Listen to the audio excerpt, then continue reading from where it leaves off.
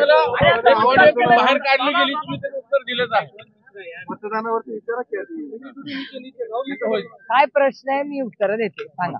मतदान केलं आहे, पहिली प्रतिक्रिया. मतदान प्रक्रियेला सुरुवात झाली, कसं वातावरण तुम्हाला मतदानाचं मोबाईल आ रहा है आणि ऑलरेडी आहे तुमचं.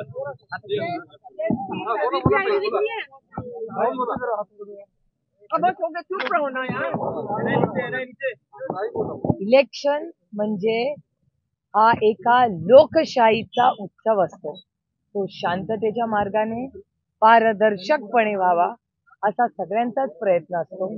मी इलेक्शन कमिशन, पोलीस यंत्रणा या सगळ्यांचे आभार मानते की त्यांनी खूप तयारी याची केलेली आहे आणि दिवसभरात ते शांततेच्या मार्गाने व्हावं एवढीच विनंती करते. आणि प्रत्येक मतदाराला विनंती करते की त्यांनी जरूर मतदान करावं. कनेरीचं मारित कोणाला पावेल दादांना आता 23 तारखेला कळेल. एक मिनिट. 5 प्रश्न मला काल भारतीय जनता पक्षाने केले. 5. पहिला उत्तर देते. पहिला प्रश्न त्याचा आरोप आहे नाही नाही नाही नाही नाही. माझा एक तर ती ऑडिओ क्लिप मध्ये माझा आवाज नाही, कोणी चेक करावं. एक. दुसरा, माझा या कुठल्याही संबंधात नाही. आणि काय त्यांचं नाव, त्रिवेदी ना, त्रिवेदींनी अशी मला सांगितलं की सुप्रिया सुळेंनी बाहेर येऊन यावं. मी काल रात्रीच बाहेर आले आणि आज तुमच्या माध्यमातून अतिशय विनम्रपणे मी त्रिवेदींना विनंती करते की ते म्हणेल ती जागा, ते म्हणेल ते चॅनल, ते म्हणतील तो कॅमेरा, ते म्हणतील ते शहर, तिथे मी येऊन मन मोकळेपणे ते स्वतः किंवा त्यांच्या पक्षाच्या कुठल्याही व्यक्तीशी माझी जबाब द्यायला माझी तयारी आहे. यातले जे आहेत रवींद्रनाथ पाटील त्यांनी सुद्धा खूप आरोप केला की नाना पटोले आणि तुमचं नाव घेतलं. एक मिनिट, रवींद्र पाटील कोण आहेत? स्वतःला एक IPS ऑफिसर म्हणत. हा, रवींद्र पाटील हे एक IPS ऑफिसर आहेत आणि तुमच्याच सगळ्यांच्या चॅनलवर असं सांगण्यात आलं की 2 वर्ष ते जेलमध्ये राहून आले. बरोबर? 2 वर्ष ते ग्रहस्थ जेलमध्ये राहून आलेले. त्यांनी काही माझ्यावर आरोप केलेले आहेत. एक खोटी ऑडिओ क्लिप माझ्या आवाजातली त्याच्यात आहे. त्याची मी सायबर क्राईमला कालच कंप्लेंट मिळाली आहे. तुम्हाला ती कंप्लेंटची कॉपी मिळाली आहे का? हा. तर काल संध्याकाळी माझ्याकडे जेव्हा ती क्लिप मीडियाच्या माध्यमातून आली, मी त्याचं एक कंप्लेंट ही सायबर क्राईमला केलेली आहे. पहिला मुद्दा, त्याची तुम्हाला कोणाला कॉपी हवी असेल तर मी ट्विट केलेली आहे. पहिला मुद्दा.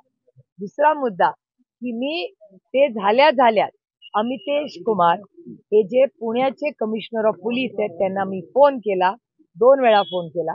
दोन्ही वेळा आमचं बोलणं झालं. मी त्यांना काय प्रॉब्लेम हे सांगितलेलं आहे.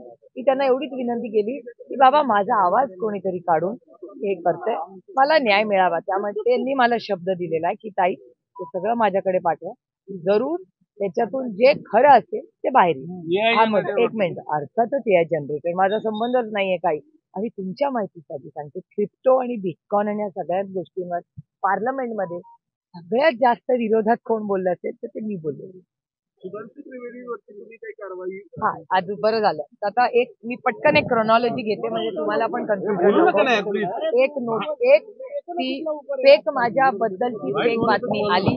ती बातमी आल्या मी क्रोनॉलॉजी सांगते तुम्हाला. काल संध्याकाळी माझ्याकडे ती फेक बातमी आली. ही फेक बातमी आल्या लगेच मी पोलीस कमिशनरला फोन केला, ऑनलाईन सायबर क्राईमला कंप्लेंट केली काल संध्याकाळी. त्याचबरोबर तो प्रोसेस झाला, माझ्यासाठी तो विषय संपला. त्याच्यानंतर तुमचे सगळ्यांचे फोन आले, त्याच्याशी मी बोलले. 10:30 का 11 वाजता भारतीय जनता पक्षाने दिल्लीला एक प्रेस कॉन्फरन्स घेतली. मला 5 प्रश्न विचारले. त्या 5ही प्रश्नासाठी मी ते म्हणतील ती जागा, ते म्हणतील ते चॅनल, ते म्हणतील त्या प्लॅटफॉर्म मध्ये कुठेही श्री त्रिवेदी किंवा त्यांच्या कुठल्याही सहकार्याची मी कुठेही बसायला तयार आहे. कारण काय, हे हास्यास्पद आहे हे सगळे आरोप. तो पहिला मुद्दा. त्याच्यानंतर मी माझ्या वकिलांना रात्री फोन केला आणि आज सकाळी मी एक क्रिमिनल डेफमेशनची नोटीस ती त्यांना पाठवली. मतदानाच्या आदल्या दिवशी बघा, तुमच्या प्रश्नातच माझं उत्तर आहे. एक तर मी पुन्हा डिनाय करते, पाचही गोष्टी खोट्या आहेत. पुन्हा माझा आवाज आहे आणि बिटकॉइन क्रिप्टो ह्याच्या सगळ्यात जास्त विरोधात मी पार्लमेंटमध्ये होते. मी त्या प्रोसेस त्या प्रक्रियेबद्दल मी प्रश्नचिन्ह केले, ज्या प्रक्रियेबद्दल मी सातत्याने आणि data speaks louder than words. नाही, ताई, तुम्ही जरी डिनाय करत असला तरी अजितदादा म्हटलं की हा तुमचाच आवाज आहे. अजितदादा म्हटलं की तुमचा आवाज आहे. एक मिनिट विषय दम करा. विषय एक होऊ द्या. अजितदादांनी आत्ताच बाईट दिला, त्यामध्ये ते म्हटले की तुमचाच आवाज आहे. तुमचाच आवाज आहे. ते अजित पवार आहे, ते काहीही बोलू शकतात. रामकृष्ण हरी. याच्या पाठीमागे कोण असतं? आता हे भारतीय जनता पक्षाला तुम्हाला विचारायला लागेल. आरोप, खोटा आरोप भारतीय जनता पक्षाने केला. मी त्याची कंप्लेंट केलेली आणि पोलीस यंत्रणेला केली आहे. त्याच्यानंतर मी डेफॉमेशन केले. त्याच्यामुळे ते जनरेट कुठून झालं, कोणी तो क्रिएट केला, हा प्रश्न त्याला व्हायला लागेल. म्हणजे तुम्ही पाहिलं का नाही मला माहिती नाही, पण 1 आठवड्यापूर्वी सुधा मूर्तींचं असं झालं.